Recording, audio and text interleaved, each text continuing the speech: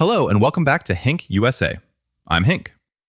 As we close out the final week of June and head into the first days of July, we're facing some of the biggest changes to Social Security and Medicare that many people have seen in years. A few of these start as soon as tomorrow. Others have deadlines closing within the next 10 days, and one of them could change the size of every benefit check you receive for the rest of your life. Today, I'll walk you through all of it, in order of urgency, starting with something Medicare has never done in its entire 60-year history.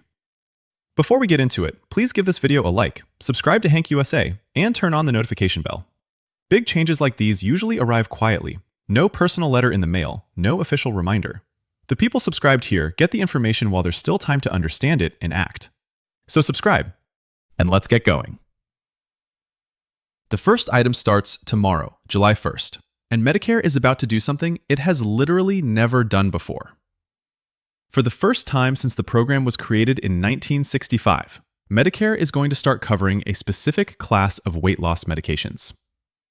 Beginning July 1st, eligible Medicare beneficiaries enrolled in a Part D prescription drug plan can get access to popular medications like Wegovy, Zepbound, and Foundayo for a flat copay of $50 a month.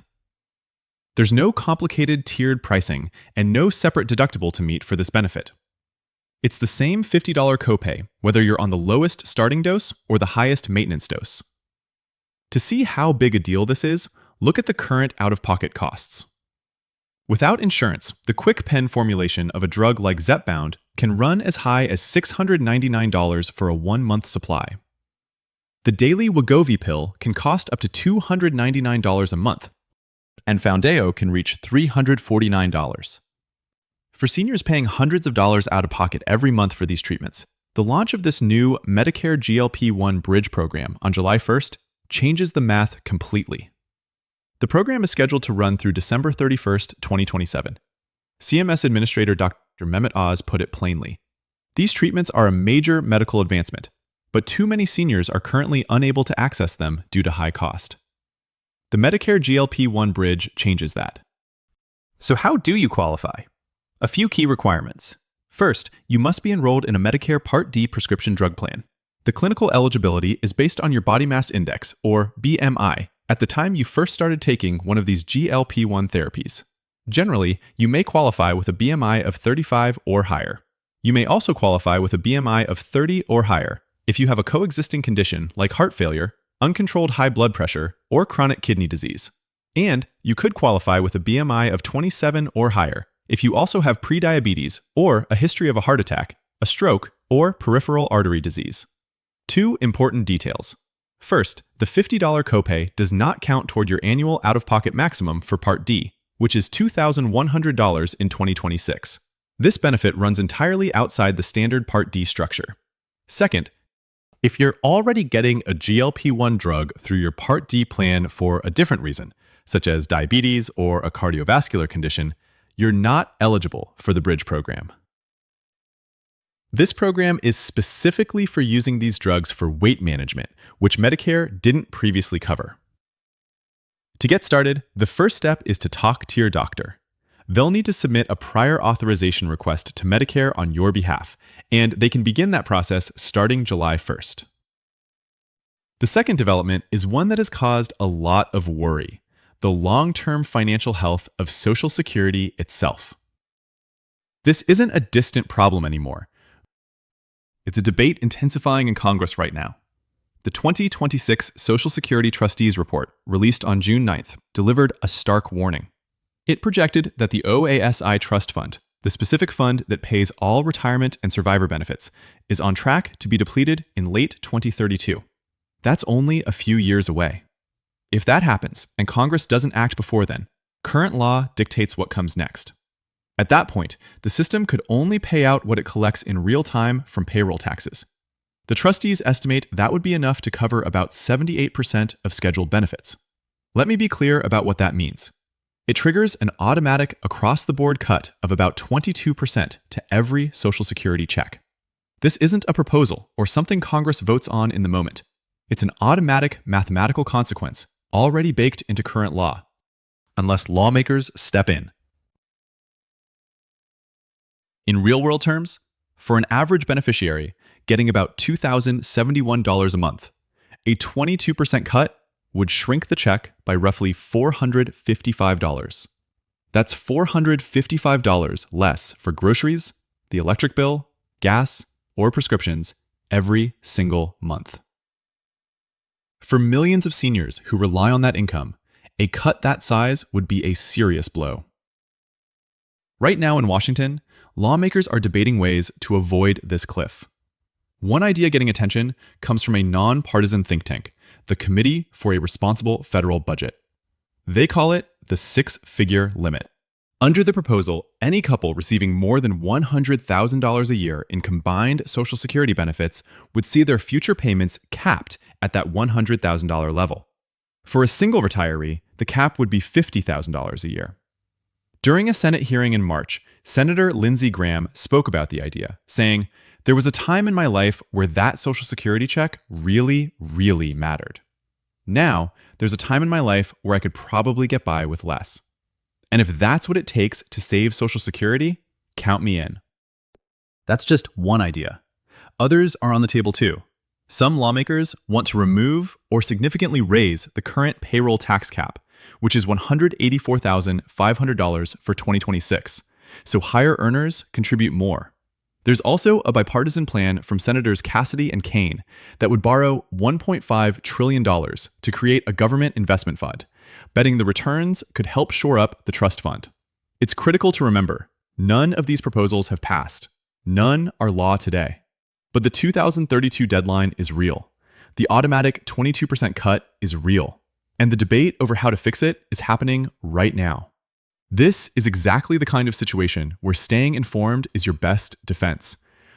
Because whatever Congress chooses will directly affect the money in your check. The third item happening right now is the official start of the process that determines how much your Social Security check goes up next January. July is the first month of a critical 3-month window. The Social Security Administration uses inflation data from July, August, and September to calculate the annual cost of living adjustment, or COLA. Specifically, they measure the average change in the Consumer Price Index for urban wage earners and clerical workers, the CPIW, over those 3 months. That average becomes the official COLA for the following year.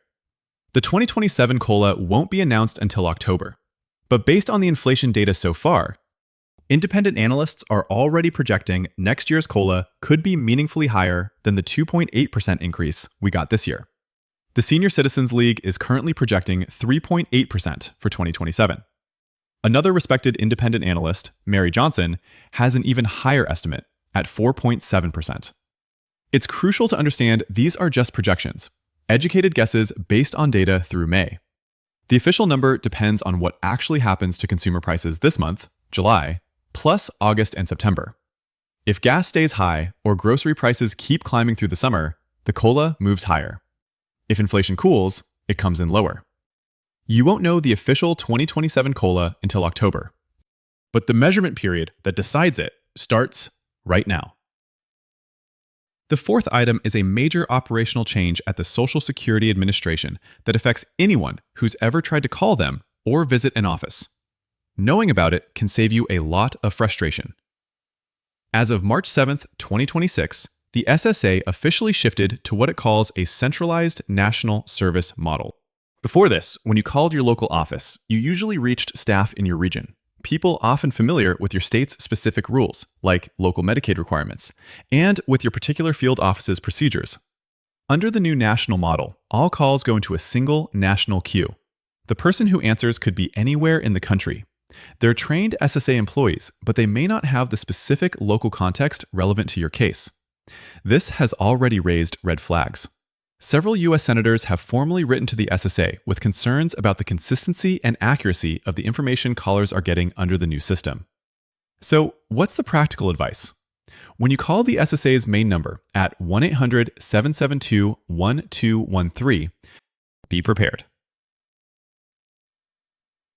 Have your Social Security number handy before you dial. Know exactly what you need to ask before an agent picks up. And if the information you get doesn't sound right or contradicts something you were told before, don't be afraid to hang up and call back. Under this centralized system, a different agent may give you a clearer answer. Of course, the best way to skip the phone system for routine tasks is your My Social Security account at ssa.gov.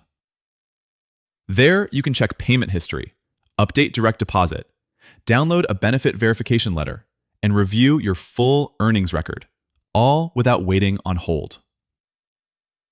The fifth and final area affects every single person watching.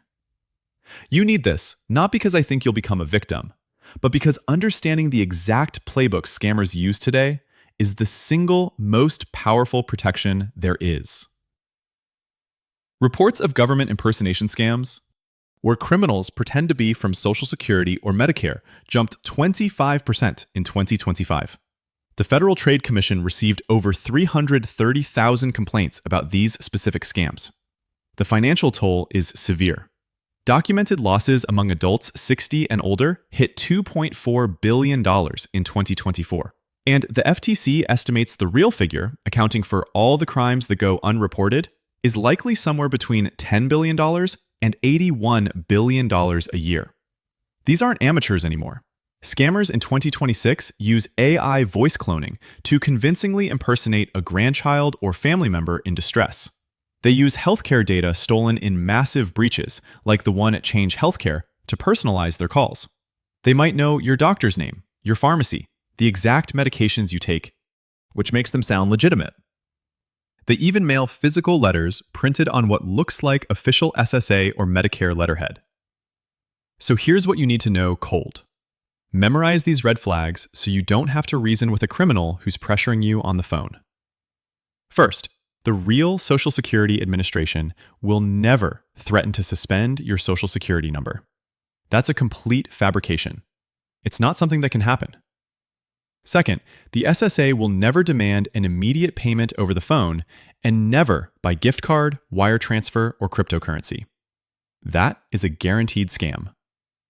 Third, the SSA will never require a fee to receive your SOLA increase. All cost of living adjustments are automatic and require no action or payment from you. Fourth, the SSA will never contact you about your benefits through social media like Facebook or Twitter. And fifth, the SSA will never ask you to keep the conversation a secret. Scammers do that to isolate you from family or friends who might recognize the fraud. If any of these happen on a call, it's a scam. It doesn't matter what the caller ID says, what official-sounding name or badge number they give, or how much personal information they already seem to know.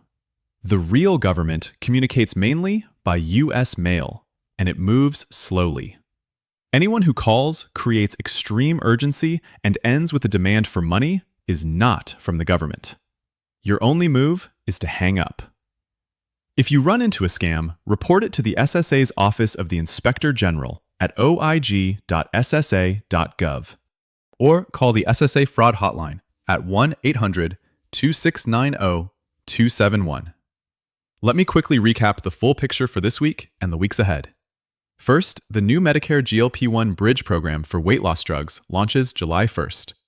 If you have Part D coverage and think you meet the BMI criteria, talk to your doctor this week.